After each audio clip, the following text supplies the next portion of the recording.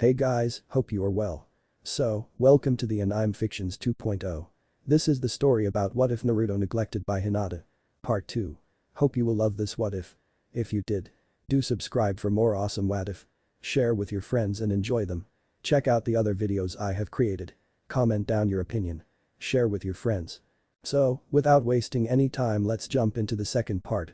Chapter 5. 5. Talking. Thinking mental conversation. Demon God or the like. Jutsu. What it means to be a shinobi. A week following their graduation, the day of team assignments arrived, the eager students piling back into the familiar classroom, their newly awarded headbands worn proudly from their dress, as they chatted with their friends excited for their team assignments. Among these prospective students, a familiar blonde sat chatting happily with his newly announced girlfriend, as the two found themselves the subjects of many questions from the pink and blonde pair from their medical classes.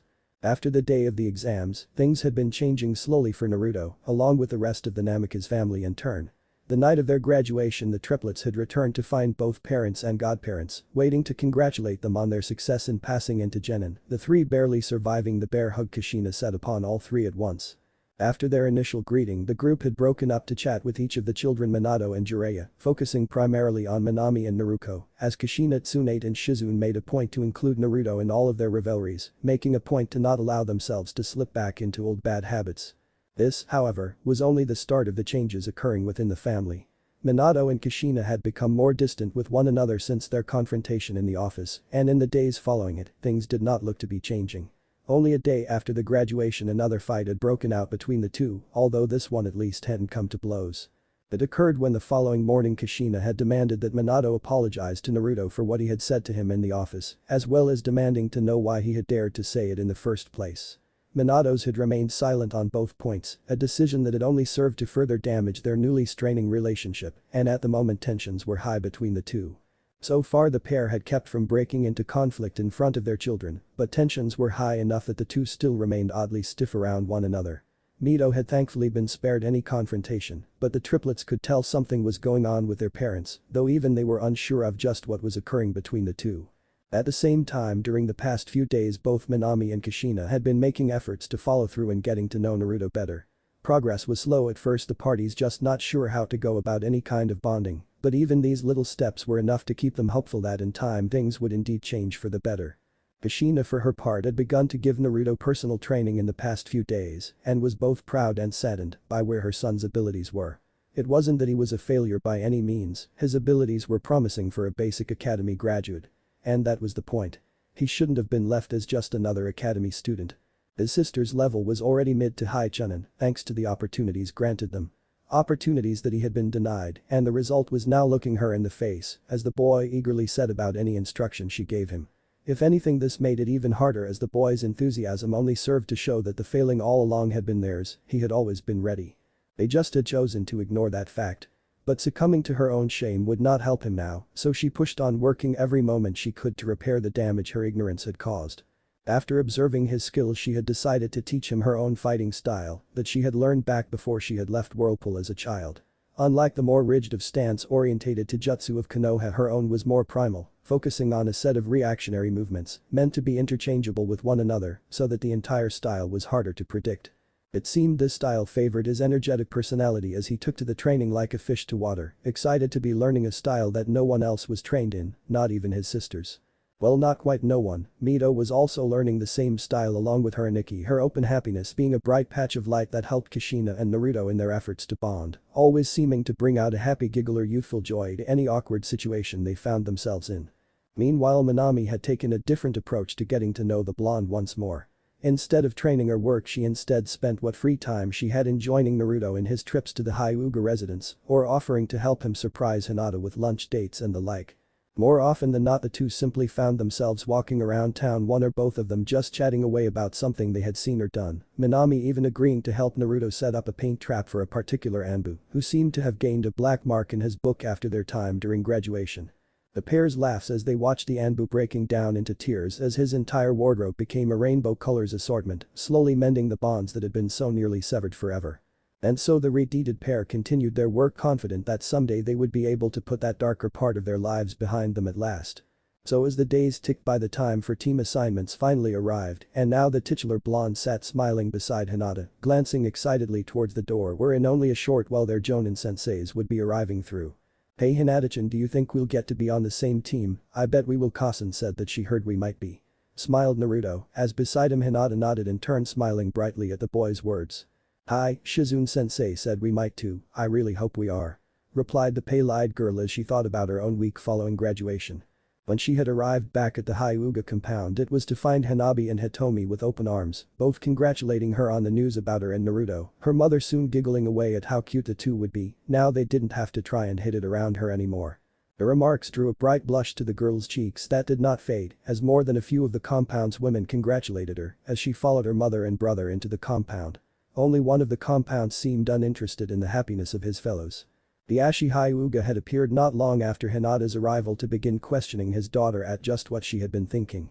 However, he only ever managed his first word before the look of pure rage that Hitomi leveled upon him rendered him suddenly mute for the remainder of the night.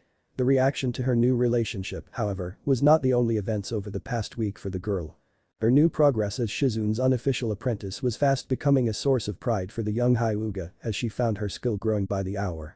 True, Shizune couldn't take a genin as an apprentice until they had received at least a year of experience, but that didn't mean that she couldn't get some pointers that Hinata was eager to receive.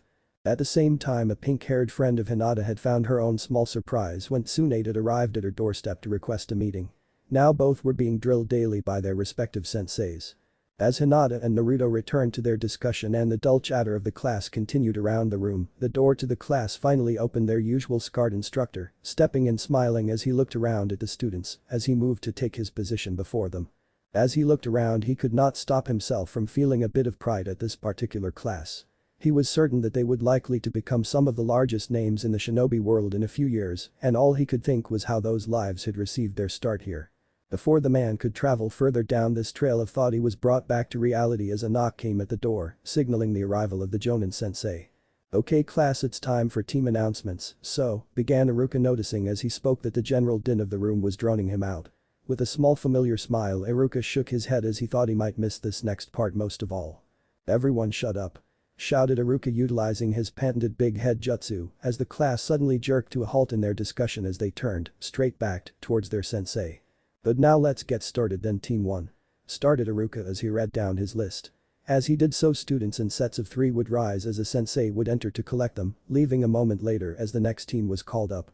Next, Team 7 will be Naruko Namikaze, Minami Namikaze, and Sasuke Uchiha. Your Jonin sensei will be Kakashi Haddock." He continued as the sisters turned smiling to one another as beside them the single Uchiha let out a small huff of acknowledgement. The 3 turned as one to look towards the door as with a small click it swung open. A moment later, with a small whoosh, a gray-haired figure was thrown bodily into the room headfirst, where he proceeded to skid to a halt just before Iruka's desk as a voice that several recognized issued from the doorway. "Get in there now, you pervert," shouted a welcome redeed as more than one student looked up from the slowly rising Kakashi to the hall where they suspected the Hokage's wife stood. "Was that really necessary?" asked Kakashi, rising slowly from the floor, rubbing his head where he had landed on the classroom floor, glancing back towards the doorway. With a small sigh, the gray-haired man turned to face his future students, an eye smile upon his face as he looked across each in turn. "Well, at least I got the cream of the crop, less work for me, and more time with my little orange friend, haha," thought with a perverted little giggle as he brushed himself off before nodding towards the 3. "Right, Team 7, meet me on the room in 10. He called, disappearing a moment later in a shiver of movement, leaving only a swirl of leaves in his wake.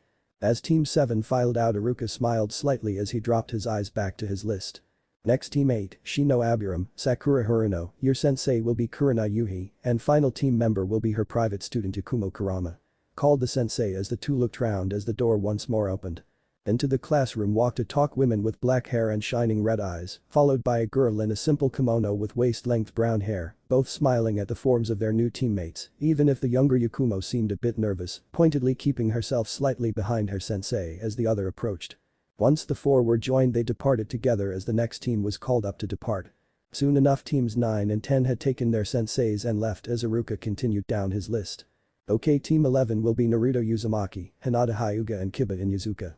Your Jonin sensei will be Kushina Namikaze," finished Iruka, looking up to see the shocked looks on all 3 of the teens' faces as they looked to one another, their minds already flooded with what they had just been told. "Yes.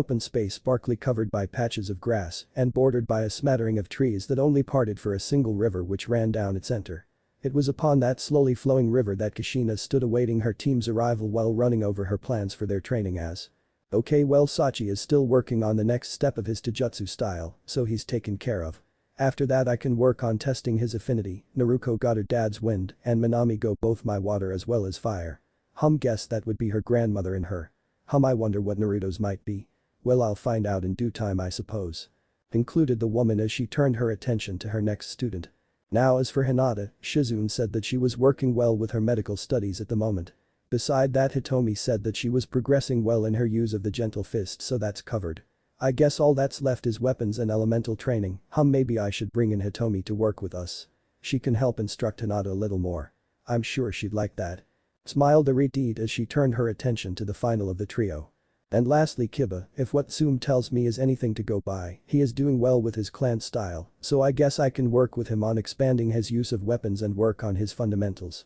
If he's doing well enough on that I can start him with Hinata on elemental work as well, but we'll just have to see how that works out. As she finished her thoughts on her final student, a small stab of guilt nestled itself in her chest, sadly a familiar companion ever since a week previously when her eyes had been opened for her. These events had been happening from time to time once she had started teaching her Sachi, whenever she noticed where Naruto stood in comparison to his fellows.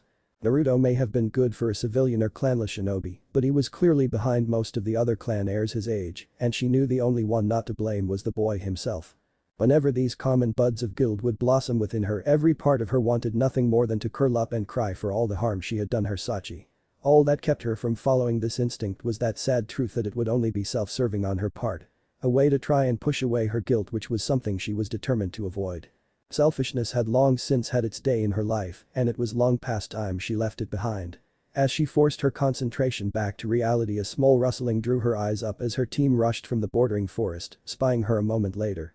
The first out of the tree line was Kiba, his grey coat with a furry collar pulled up over his head, and his black shinobi pants adorned with shuriken and kunai holsters, covered with a small bit of leaves and twigs from his encounter with a bush not long before. Beside him stood his small pup Akamaru, who was wagging his tail as he barked excitedly at the figures who had landed a few moments after Kiba. The second to arrive was Hinata, dressed in standard shinobi pants that also held her kunai and shrunken pouches. She also wore a black long-sleeved shirt that allowed the sleeves to drape over her hands, in the same style as her master Shizun's uniform, over which a less baggy version of her usual tan coat lay, her clan symbol on both of its sleeves that ended at her elbows, allowing for the undershirt to cover the rest. Hinata smiled as she looked down at the excited face before bending down to pat the happy pup as the final member came shooting out of the tree line to join his team. As Naruto landed beside his fellows, Kushina noted the same mismatch of leaves and twigs that had adorned Kiba upon her Sachi, idly wondering how the two had managed that particular addition to their wardrobe. Naruto's clothing incidentally had changed very little over the years. His love of all things orange still persisted in his jumpsuit, only now, thanks to Hinata's insistence, he at least left the jacket unzipped with the sleeves cut off just below the elbows, not making the outfit a bit more manageable, at least in the shinobi sense. Smiling as towards the three's arrival, Kushina slowly made her way across the stream, her feel padding effortlessly across the top of the water, before touching on the dusky ground before her team, smiling slightly at the impressed look she was receiving for her efforts. "Nice time making it here, team. Now I'd like us to start off with a quick introduction so we can get a feel for one another. I know you all have been in class," and she paused to smile towards her son and Hinata, "other relationships, but now that we're a team we will need to work as one, so let's start with our goals and something about yourself," began Kushina as she looked around at the three who nodded towards her. "I'll start us off so you can get an idea. My name is Kushina Uzumaki Namikaze. I'm a Jonin Kunoichi. My skills include my clan fighting style, seals and my chakra chains." Here she paused to allow a small golden chain to form from her palm before continuing. "My likes are my family and Raymond. My dislikes are a certain blonde idiot who needs to figure out where his priorities lie." Here she looked up to the Hokage monument for a moment with a look of annoyance on her brow before she let it fall as she turned back to the three before her. "Anyway, my goals are to see this team become the greatest shinobi they can be and make up for a mistake I made with someone precious to me." She finished towards Naruto at the end to emphasize just what mistake she was referring to. Well, at least she had her priorities straight. And she seems to be unhappy with the Hokage. "Well, join the club, Red," sighed Yubi, failing to hide the hint of happiness in her voice at this prospect, even as behind her the small pool that still resided where her tree once had rippled slightly. "Well, it's about time. Still nice to see she's back and all. We missed her," added the other voice as Yubi turned to smile softly towards its source as she moved to sink back into the water.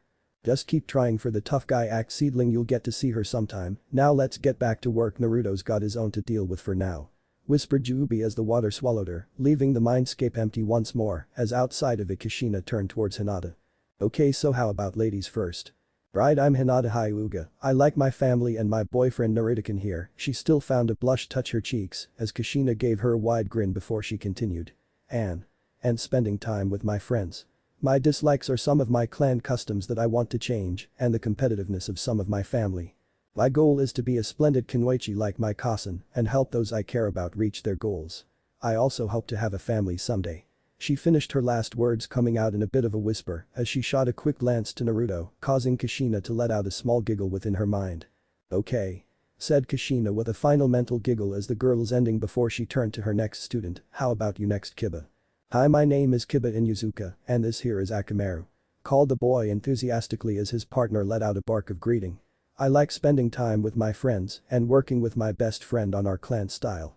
I dislike those who hurt animals unnecessarily and people who think that someone like my cousin can't be a great leader just because she is a kunoichi.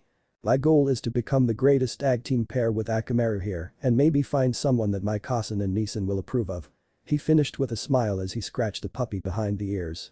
Biggle, if I know your cousin you have your work cut out for you with that last one Kiba. But, with Akamaru and you I can promise we'll make you the greatest tag team of all time.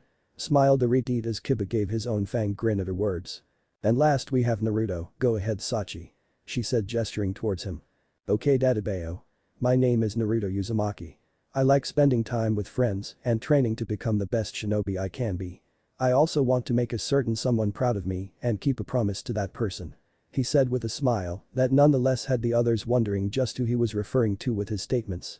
My dislikes are people who judge people without knowing them, people who sacrifice others for their own reasons, and a man who hurt someone close to me and separated her from her children. He continued. Here the group once again looked at one another, wondering who Naruto could be talking about. Kushina privately fearing that he was referring to a particular Hokage as he continued. My goal is to become a great shinobi and to help someone close to me be able to meet those she was separated from. Oh, and to be happy with my precious people. He finished as he smiled towards Kushina and Hinata in turn. At his finishing words, Kushina found her curiosity growing at just who Naruto had been talking about. At first she thought it had been about the Namikazes, but that didn't really fit with his later comments. Who are you talking about, Sachi? Wondered Kushina before shaking such thoughts from her mind for now. She had a job to do as a sensei first after all, her questions could wait until after that. Okay then, well I guess it's about time we start our test. She said smiling down at the three with an evil little chuckle. As all three of the genin eyed one another nervously at her tone. Sensei, what are you? Started Hinata as Kushina turned to her smiling as behind her a series of 3 eruptions of smoke cut off the young Hyuga. As the genin watched the smoke fell slowly away to show 3 more redeeded armor-clad Kushinas now standing behind the original as she looked across at the 3. Simple Hinata-chan, it's time for the next test. I'm sure Hitomi and Tsun warned you about it and I already told Naruto, so how about we just get started? Smiled Kushina as all 3 teens paused for a moment before nodding, remembering the warnings they'd heard about red tests coming after the academy. But well then, time for your real test. Started Kushina as she tossed a kunai each to her clones as she slowly moved back from between the 2 groups, all 3 of the teens turning to watch her as she strode towards a tree at the edge of the clearing. Now your test is simple, each of those clones has a real kunai with them, all you have to do in order to pass is get one of them and return it to me, and anyone without a kunai at the end will be sent back to the academy to wait till next year. You have 1 hour before my clones dissipate on their own, so better put your all into it. Finished Kushina as she turned to brace herself against a tree at the edge of the clearing, nodding towards the 3 teens who as one looked around at the 3 clones who were standing before them. Ready? Called Kushina as the teens nodded towards her. Go. She called even as within her mind she sent out a silent prayer that they would pick up on the purpose of this test. At her words all 3 of the clones shivered once before vanishing in 3 separate whirls of water, leaving the 3 genin and 1 pup alone in the field. What? Oh come on Akamaru, can you smell them? Called Kiba turning to his partner who began sniffing at the ground in earnest. At the same time Hinata had already activated her bloodline, her pale eyes opening wide as she took in the 360-degree view of the field, leaving the final member of the group to do the only thing he could think of. Oh no. Oh no. Oh no. How do I find Kasen? Crap, what do I do? Jubi, help. Called Naruto within in mind as the purple-haired woman peeked out from her pool before letting out a heavy sigh. Sorry seedling, but this is a test for you, not me, now stop panicking and think for a moment and it will come to you. Stated Jubi before she sank back into the pool, leaving Naruto alone with his thoughts. Jubi? Oh come on, I'm not a tracker, how am I supposed to find her? I mean I can fight a clone, but what am I supposed to do? Thought the blonde as he looked around at his team who seemed to already be figuring the situation out. Oh yeah, I don't know. How about asking for help, Yubaka? Called his other passenger, the sudden cry causing Naruto to jerk slightly as though smacked upside the head by some invisible force. Something that drew a curious look from the tree line where Kushina stood watching the 3. What? But? Started Naruto before giving himself his own mental smack as he realized how easy the answer was. After all, if he couldn't do it alone, why not ask his team for help? That's what they were there for after all, and he could help them with his Kasen's clones. Hey Hinata-chan, do you see any of her clones? Asked Naruto as Hinata paused for a moment in her searching before nodding at the blonde's words. Hi Naruto-kun, there's 2 over that way. she said, pointing towards the western side of the clearing, even as across from the pair Akamaru let out a happy little bark. "Alright, Akamaru found one's trail that goes this way," called Kiba as three looked to one another before looking off in the opposite directions the clones had gone. "So what do we do?" asked Naruto as he looked towards the other two who looked towards him. What are you talking about? We go get them, me and Akamaru got after this one, and you two go after those two and we all pass," smiled the feral looking boy as beside him his pup let out a bark of agreement. "Are you sure you can do it alone?" asked Hinata as Kiba gave her a happy grin, throwing her a thumbs up. "Of course I can, just you two make sure you find yours and," started Kiba before Naruto cut him off. "Wait," he called as the pair turned towards him looking a little confused at his sudden interruption. "Why? Come on Naruto, this is the only way that each of us pass, we all go after one and we win," offered Kiba as Naruto turned to him. "But if you can't take her alone then you'll fail and we won't be there to help you. And what if the two we're after split up? I mean, without you two I'm as good as blind out here, maybe we should stick together and go after them as a group," pointed out the blonde as both of his teammates looked to him frowning slightly at his words. "But Naruto-kun, if we are all together we might not be able to catch that one alone, then we might not have enough time to get all of the kunai. And that means," whispered the girl as she cast her eyes towards the pair as the thought settled in around each of them in turn. "But if we all get separated we might get none of them. And if we're alone then the clones will trounce us, Kasen's amazing when she wants to be," added the blonde as Kiba gave a small shiver the thought of his own Kasen and Nissen when they got serious, making him suddenly unsure about going after the titular retreat alone. "Maybe Naruto's right. Beside, with all three of us we'll get it done in no time," called Kiba as across from him, Hinata found a small smile touching her lips as she nodded towards the two. "Well there you go, now hurry up and get to work, I'm not going to be the only one pulling us alone," it called, causing the pool in Naruto's mind to ripple slightly as a smile burst across his lips. "Hi, let's go get those kunai," called Naruto as the four speed off towards one end of the clearing, leaving their sensei behind who stood watching them go, a large smile moving across her lips as she watched them go. "Well, I thought it would take them longer to figure it out. Guess I shouldn't have worried," thought Kushina as she stood in the now deserted training field as her smile grew every time the memories of her clones flooded back to her, showing the three genin working off each other in order to overcome each copy in turn. "Good to know teamwork won't be an issue," smiled Kushina as she felt her second clone vanishing, accepting the three would be after her last clone soon enough. The test was an old one, but simple after all. One-on-one, even a clone of a jonin was more than a match for any genin. And all she really had to do was escape them. Leaving each other to fend for themselves would have left the three chasing her clones around all afternoon, working as a team was the only way to pass this exam. "Well, I guess that means it's official," smiled Kushina as she felt the memories of her clone returning to her. "Team 11 passes," smiled the retreat as she turned to await her team's return, ready to congratulate them at officially becoming shinobi and kunoichi of Konoha.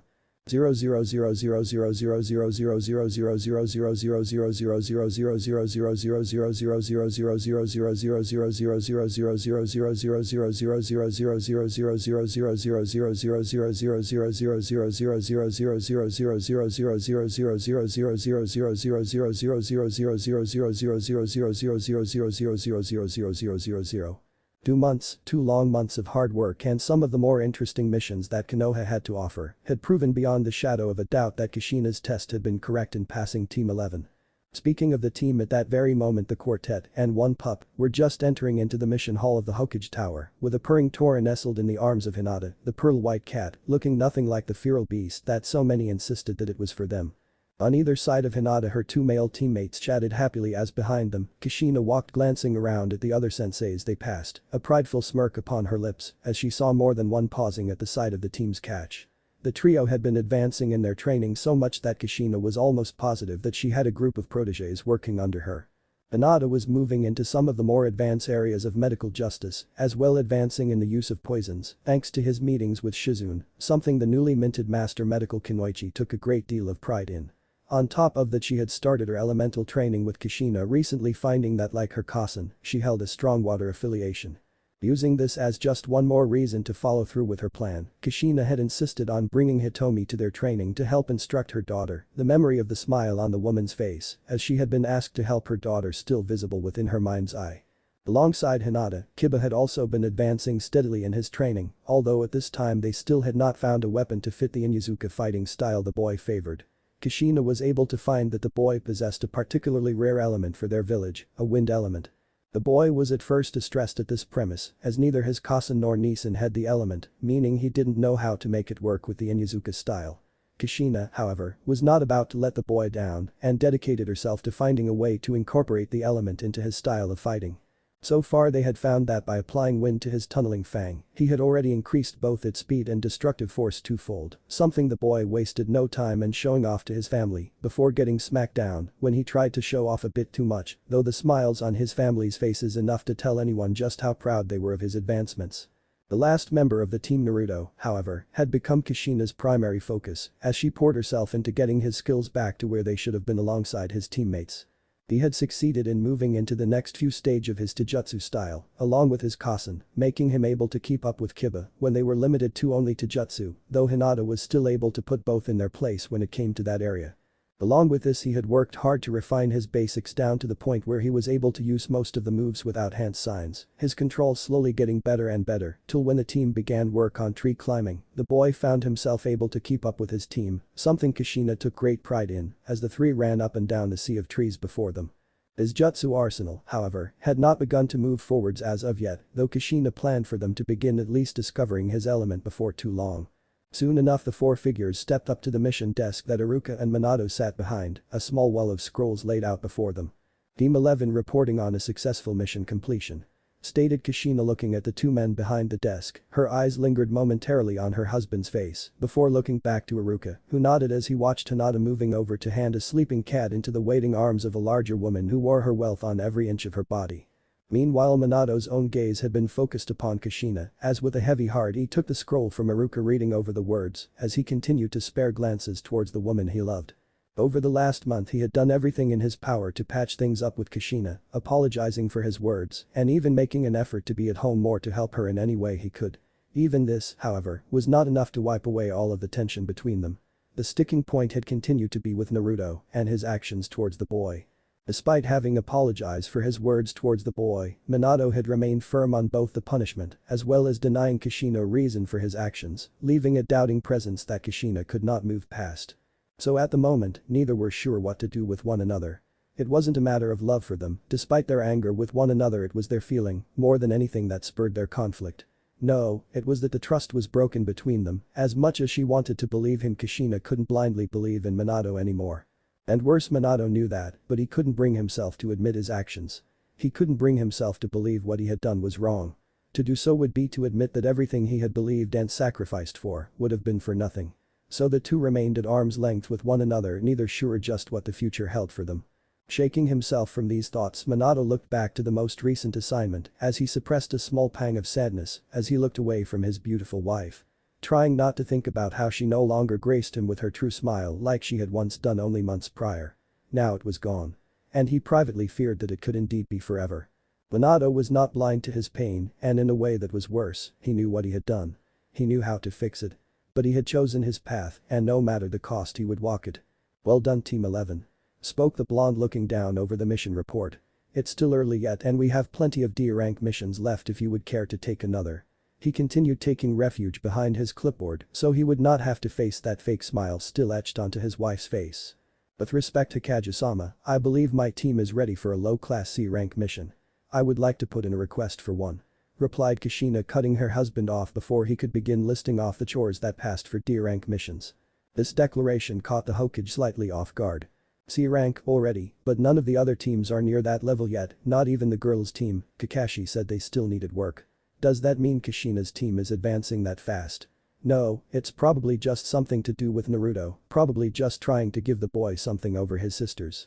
No, Kushina wouldn't put a team in danger just for that. But they can't be advancing that fast. Can they? Thought the Hokage to himself as he gazed up at his wife. Kushina, are you sure? I mean, you don't need to feel pressured by your team to give them a better mission if you don't think they're ready. Minato offered, thinking he was offering help to a sensei bogged down by whining students. With all due respect to Kage-sama, you like that's a lot chimed in the Juubi in Naruto's head. I do not lie about my team's abilities, and this is my decision alone to make. My team has advanced across the board, and I would like to take them on a low C-rank mission to test them further out in the field. Replied Kushina, a small bit of annoyance creeping into her voice at the suggestion that her judgment could be compromised in some way.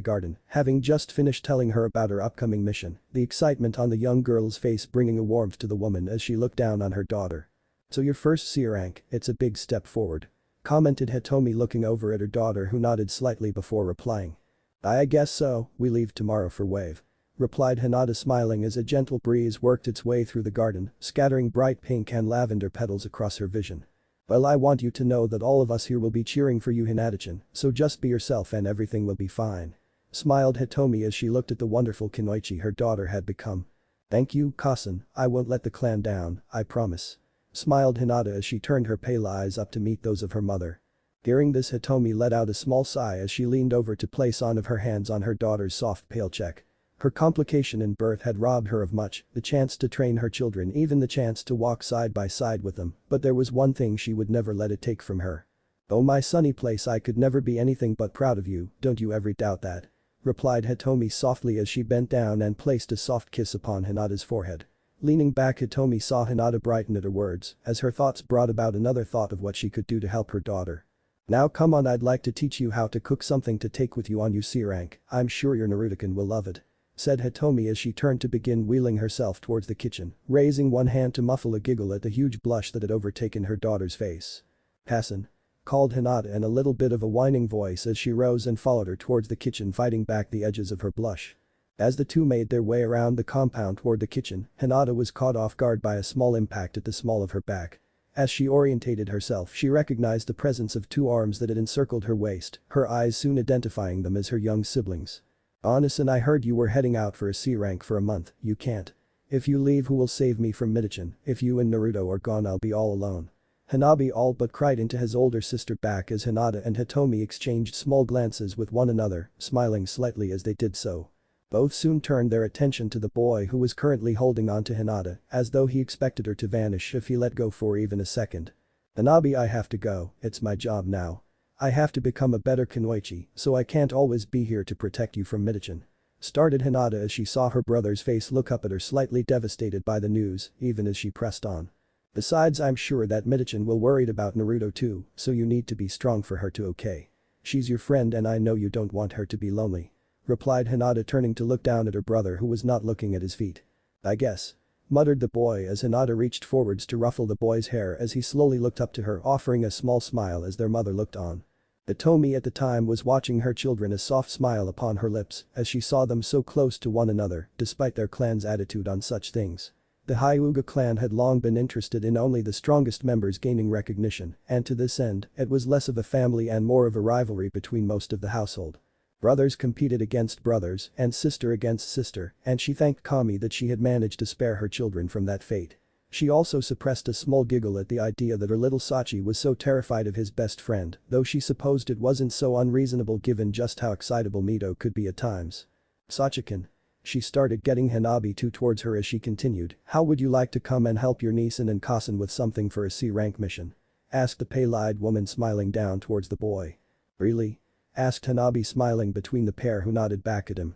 Hayamoto, come on, I'll even teach you something to help with Midichin while I'm away. It works on all Uzumakis, guaranteed. Said Hinata, reaching down to take Hanabi's hand as they walked towards the kitchen, with Hitomi smiling followed along behind the pair as they rounded another corner of the household. Meanwhile, across the village within another clan compound, the second member of Team 11 was having his own bonding with his family. Within the Inyazuka compound, Kiba was busy attempting to pack his bag while both his Kasan and Nisan looked over his shoulder, giving him advice every now and then. The Todo, make sure to plenty of treats for Akamaru and don't forget that vet pack I gave you. Called Hana, looking down at the open pack Kiba was haphazardly throwing things into. Hi, Nisan, I won't forget. Said Kiba with a slight hint of annoyance in his voice. Gah, it's like she doesn't even think I can pack a bag without her help. Oh, and don't forget your own bandages, if you trip yourself up you'll need to be ready to patch it. Added Hana as Kiba let out a small annoyed growl as she seized a handful of bandages to add to the mess of his pack. Soon, seeing the look on her youngest face, could only chuckle at him as she let out a small sigh. Come on, Kiba-kun, she's only trying to look out for her at Todo, besides it's not every day a member of the pack sets out for their first big mission, we're allowed be a bit overbearing at times like this. Soon finished with a fanged smile as Kiba gave her a slightly disheartened look. She's right at Todo, now don't forget to pack extra underwear yours. Started Hana before Kiba let out a small cry of annoyance, turning to leap towards his sister. It seemed, however, that Hana was read for this as she simply stepped aside, allow her brother to sail out through the open window behind her as a series of crashes rose from outside, a feral smile working across her face as she heard them. Nice try, pup, anyway you'll also need. Continued Hana as across from her Tsume broke out into howls of laughter taken up by many of the compound's hounds at the siblings back and forth.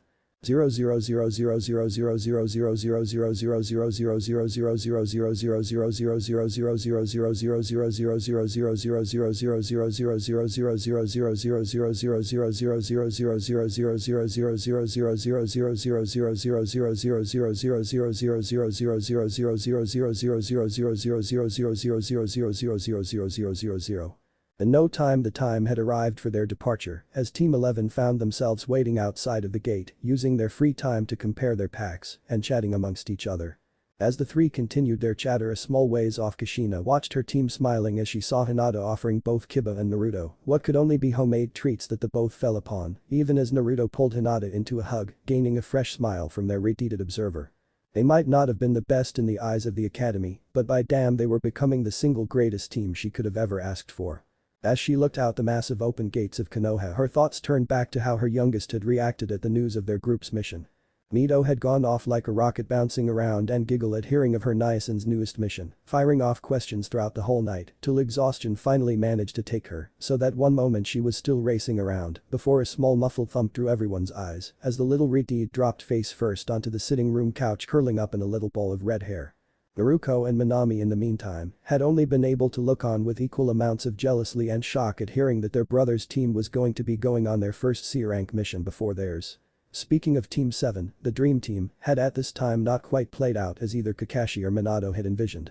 While all three of the genie were unquestionably skilled, each at least a chunin in skill alone, their ability to work as a combined team was spotty at best. Naruto and Sasuke were always competing for the top spot, which, while great for growth, made organized maneuvers difficult.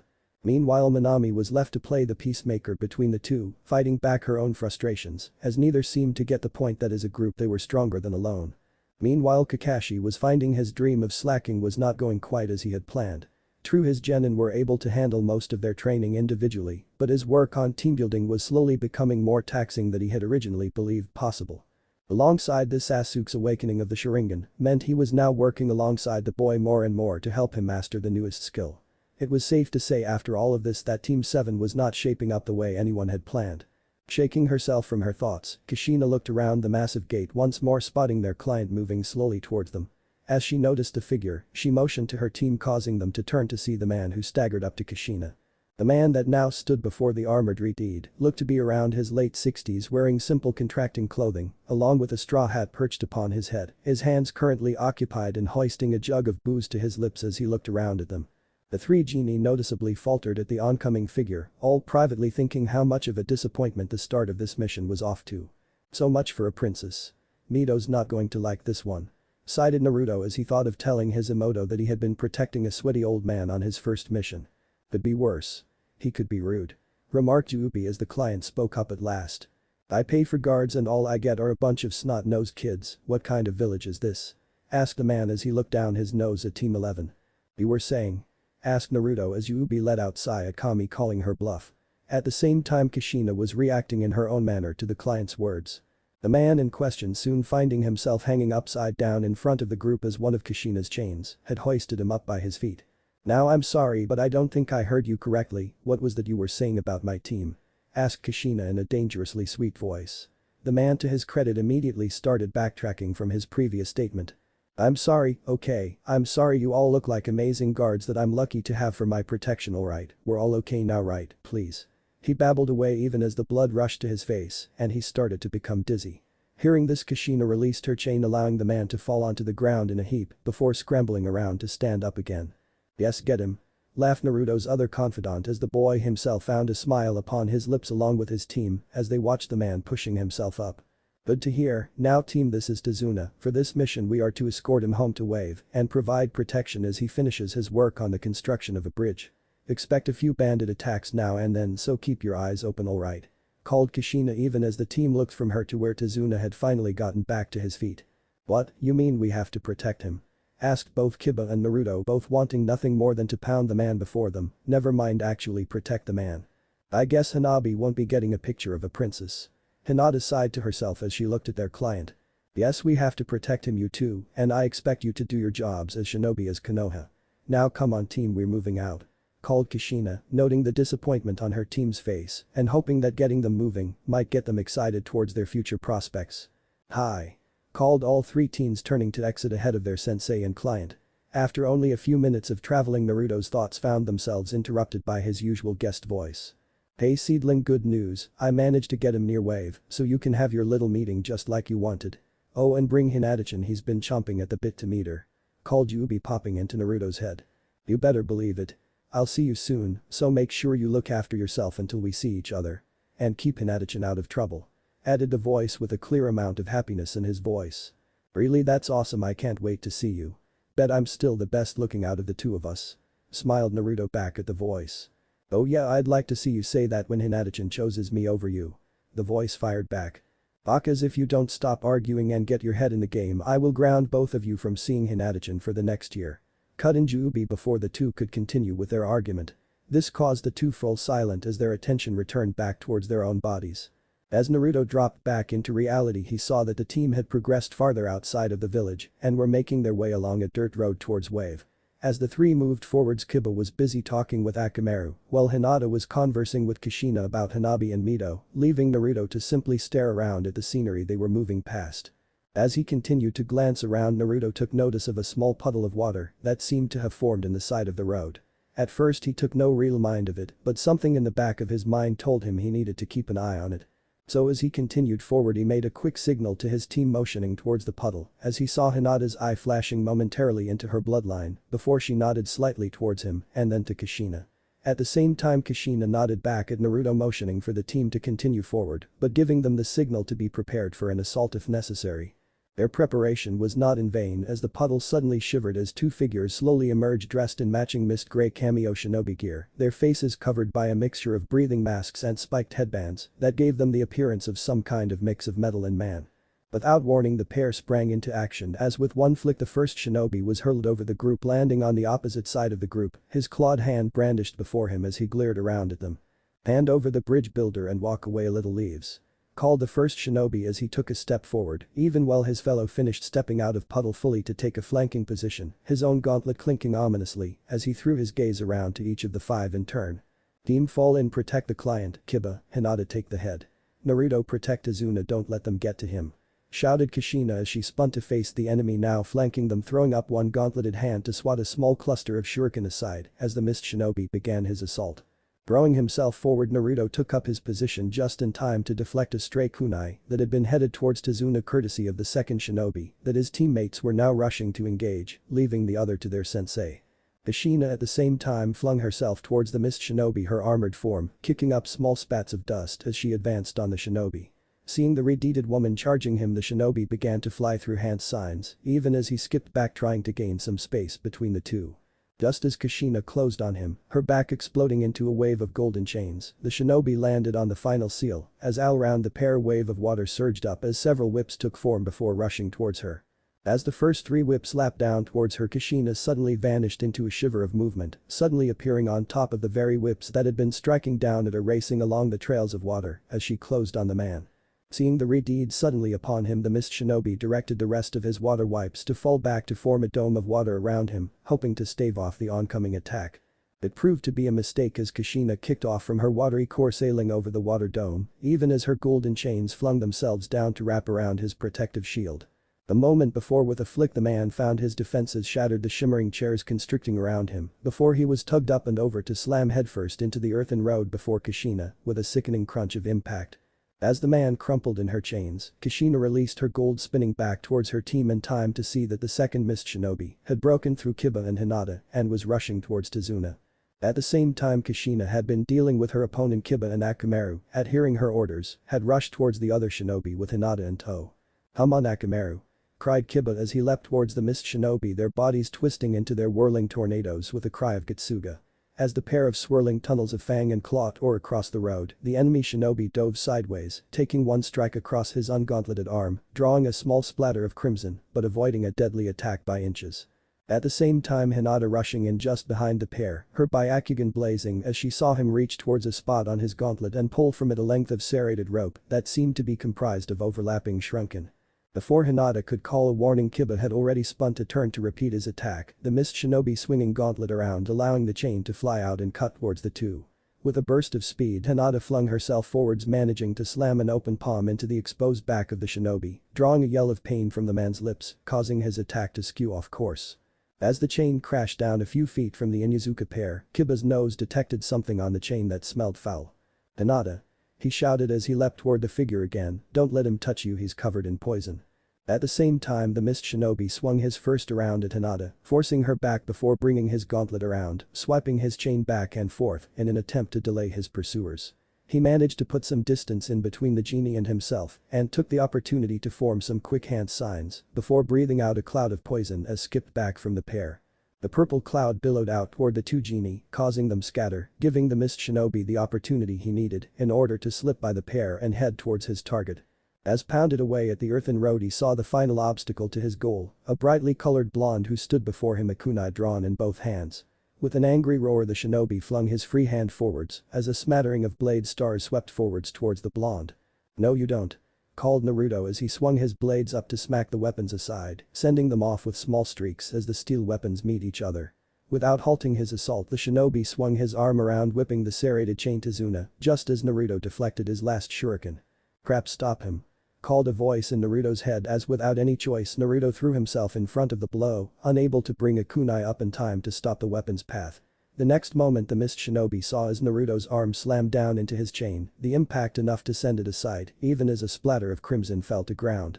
With another undecipherable roar of anger, the mist shinobi yanked his arm back, causing the chain to pull back, wrapping itself around the blonde's arm several times, drawing a small cry from his lips as the pointed metal teeth bit into his flesh. Fighting back the pain now roaring in his arm, Naruto thrust his bound hand forwards, even as the mist shinobi raced towards him, yanking at his bound arm, bringing forth another small spattering of crimson from his wound. As the figure approached, Naruto forced himself to ignore the pain in his arm as his fingers closed around the chain.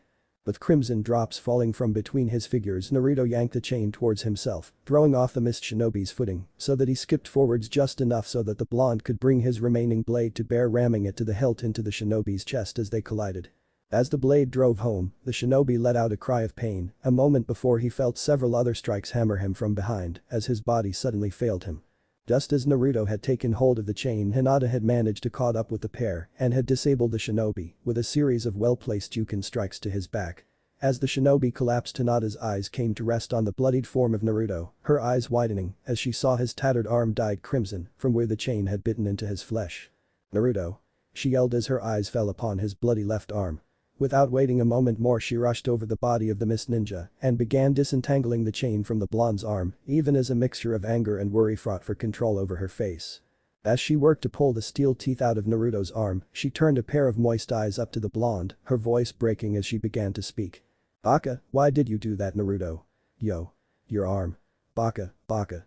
She continued as she finished removing the chain and began to apply her glowing green hands to the injured appendage, the wound soon stitching themselves back together under her healing touch. "Baka, Kiba, come over here and grab my bag now," shouted Hinata as Kiba rushed to her side, where they continued to call instructions. "There are antidote in there, find the one that smells like the poison you smelled on the chain." She continued in a tone that had Kiba soon rifling through Hinata's bag, pulling out vial after vial, looking for the one in question as across from him, Naruto did the only thing he could and fell completely silent as the two continued their work. At the same time, Kushina was almost frozen stiff by the sight of Naruto's bloody form. Her mind struggling to function as every part of her wished to do nothing more than pull the boy into her arms and run back to Konoha as fast as she was able. However, she managed to keep herself from acting as she moved to secure the two shinobi before heading to her injured son. Whatever she wanted, the truth of the matter was that Naruto was now a shinobi, and despite her own desires at the moment, Hinata was doing all that could be done, so despite what she wanted, she pushed back her emotions for the time. "Kushina, damn it, you can't help him now, just make sure those bastards can't move, then go to him," she thought to herself even as she finished securing the pair. Once that was completed, she turned to see Hinata finally stepping back from Naruto, who was making a disgusted face as he finished drinking some greenish liquid, his arm covered in tattered cloth but unblemished after Hinata's work. The sigh let the woman draw in a steadying breath as she moved over to look around at the three. "See, he's alright. Kami, thank you," she though letting out a breath she didn't know she had been holding before looking towards her son. "Are you okay, Naruto?" she asked, dropping to knee beside the blonde and laying a hand on his shoulder, looking into his eyes as she did so.